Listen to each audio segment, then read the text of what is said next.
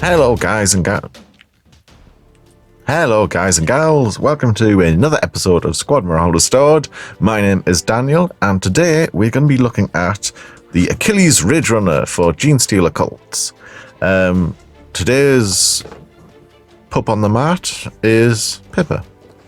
Anyway, so I'm a long-standing Genestealers player and basically got blown away by seeing these fast-moving variants or additions to the range.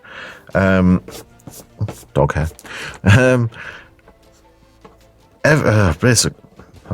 Basically, every army that I've played with these guys, well, with Genestealer Cults, has been very sort of slow-moving, lurking in the shadows, hiding out in buildings like Kill Team and such like.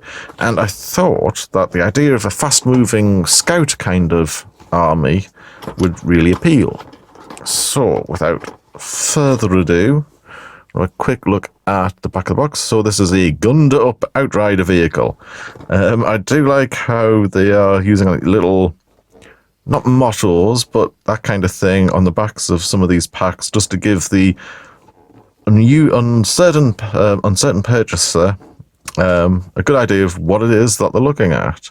So, as you can see from this, we come equipped with a missile launcher, a heavy mortar, which seems particularly culty, and of course the heavy mining laser, a sort of a staple for the cults, coming as they do from like usually an engineering or mining background. Okie dokes.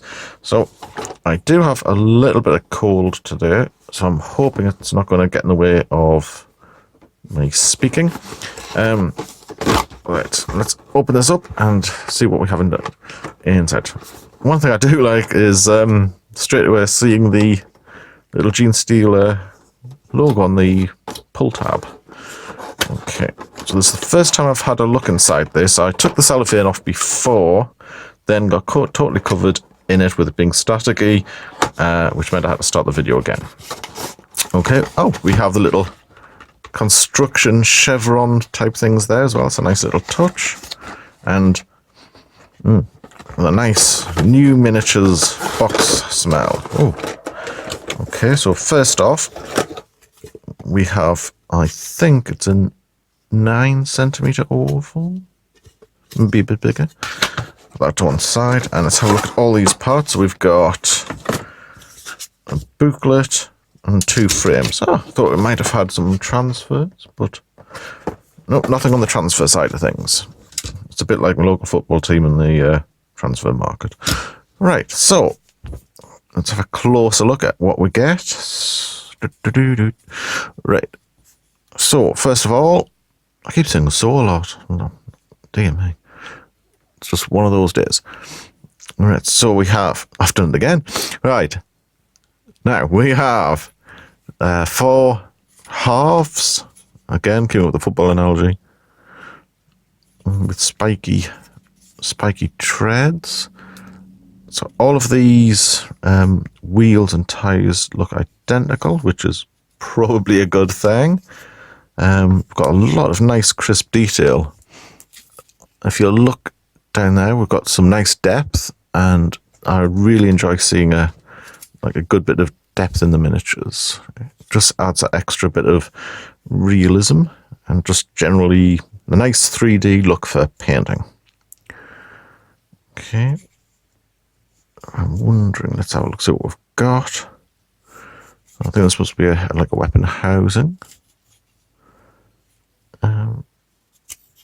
One thing I've noticed over the years is how much thinner they've been able to get individual parts, but still being nice and crisp and not fragile. Long ago, we had the original Rhino, whose, let's say, the rail on the outside was very fragile. I did have a few Rhinos in the past, and none of them have survived intact, which is a big shame. So here we have the mining laser. You can sort of get the little design cues there. Whoops. try to. The design cues at the front of the barrel that look very similar to the las cannons that are used by the Imperial Guard and Space Marines. Okay, dogs. That's the other half of the laser. Today we are in the, well, we're still in the north of England, northeast of England to be more accurate, and we have some brilliant sunshine. It's a nice crisp frosty day, which makes a change because we've had some horrible weather for the last few days, very, very foggy and cloudy. So we've got the multiple missiles.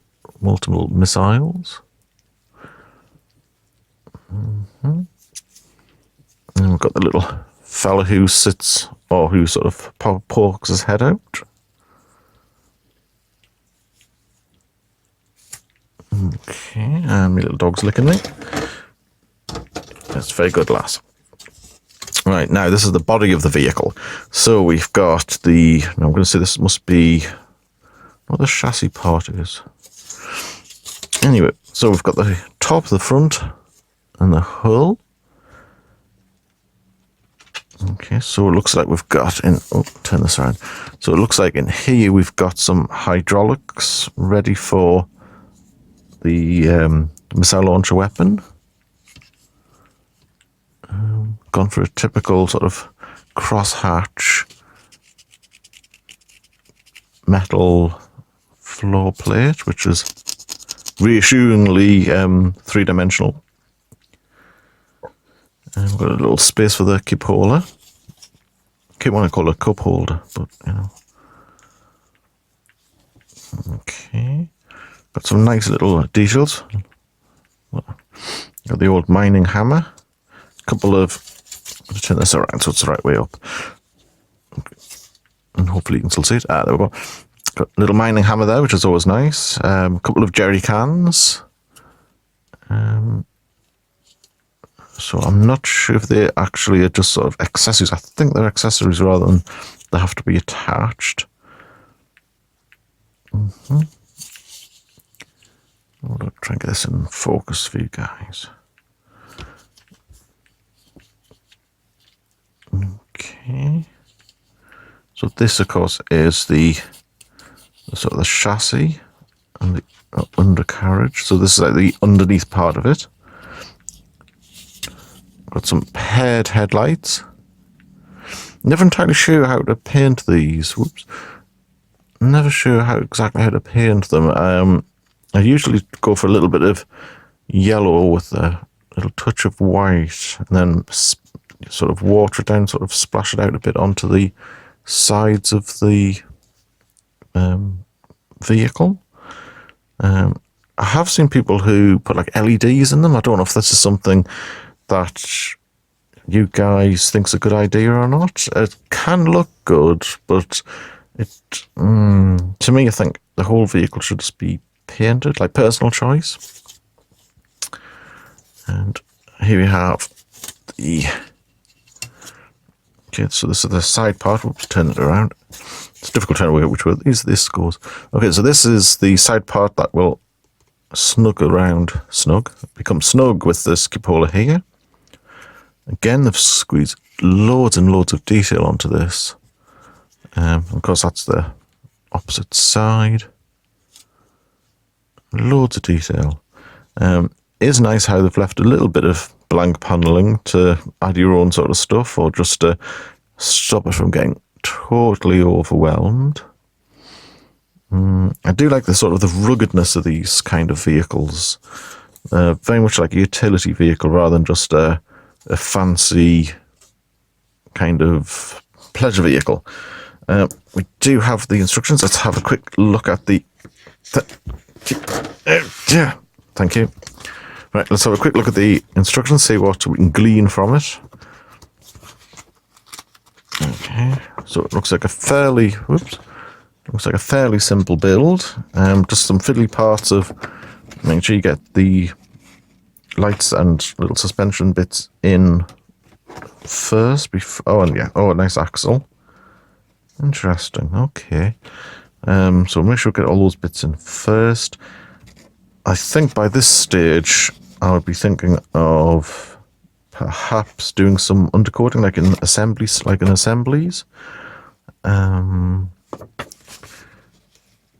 There are some parts like this we could. There are some parts that might benefit from being made as assemblies first and then painted before putting together.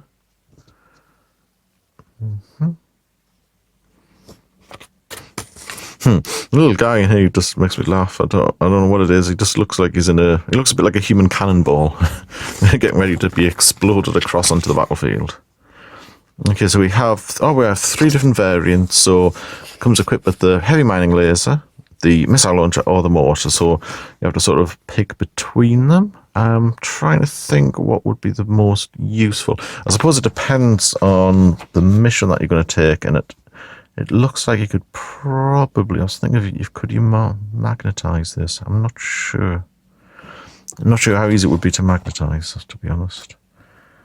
Yeah, because you need so many of the same. Yeah, because you only get so many of the parts, and you need them all for each one.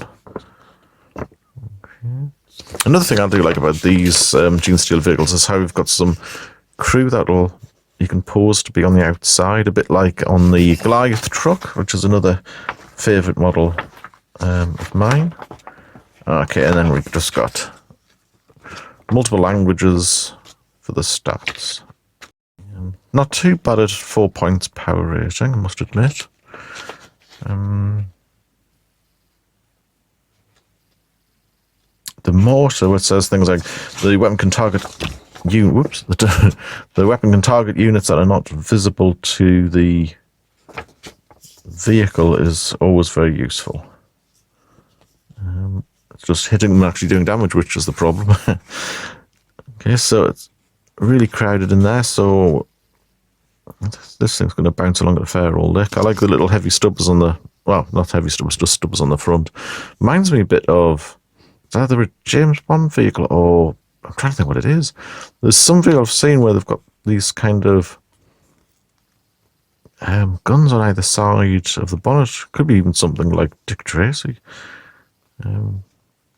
Yeah, some very nice design cues. Still looks like a very good sort of purposeful utility type vehicle, even though it's got a lot of beach buggy expression to it. So let's have a think. First of all, the model itself is absolutely gorgeous, as you would expect from some of these the newer Games Workshop builds. This is a 2019 one, so we're still within several months of it being completed.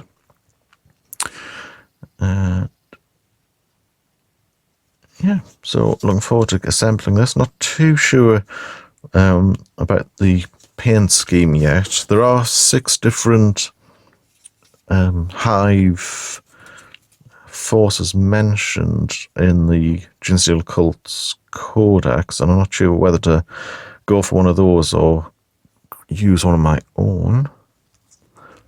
It is a nice thing, actually, with how Games Workshop seems to be pushing towards more individuality. You know, like in the Chaos Codex, and I think the upcoming Tyranids Codex as well. There's a lot more sort of ability to customize your armor. You're not just paint schemes, but with sort of rules and things, and possibly even stratagems. Okay. Yep. So all in all, a really nice model. So looking forward to building this. The next video I'm doing, I'm hoping to get my hands on some of the Atalon Jackals, or is it Atalon Jackals? Something Jackals. The Air Boys. Okay, so for now, do you guys collect Genestealer Cults? If you do, let me know if you approve of the sort of the fast-moving variety, or you're more of a sort of infantry kind of player. If you have any negative comments about the Genestealer cults, let me know as well, and we'll see what we can do to try and persuade you and turn you around to the joy of infiltrating the Emperor's finest and the not so finest of the humans on the planets. Okay, so until next time, guys, you take care of yourselves. Happy hobbying.